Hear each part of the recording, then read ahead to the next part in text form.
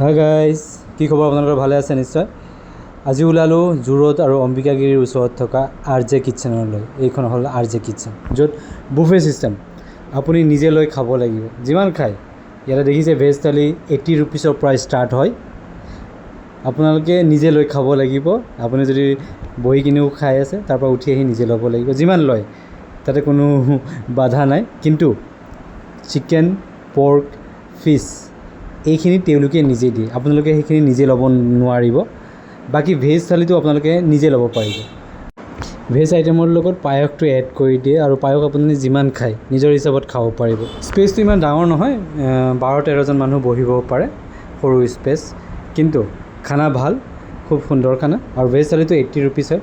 Veg থালিত মোটামুটি 8টামান item থাকে 80 ৰুপিছত। খানা বেয়া নহয়, খানা ভাল। RJ কিটচেনখন আছে প্ৰতিদিন অফিচৰ একেবাৰে ওচৰতে।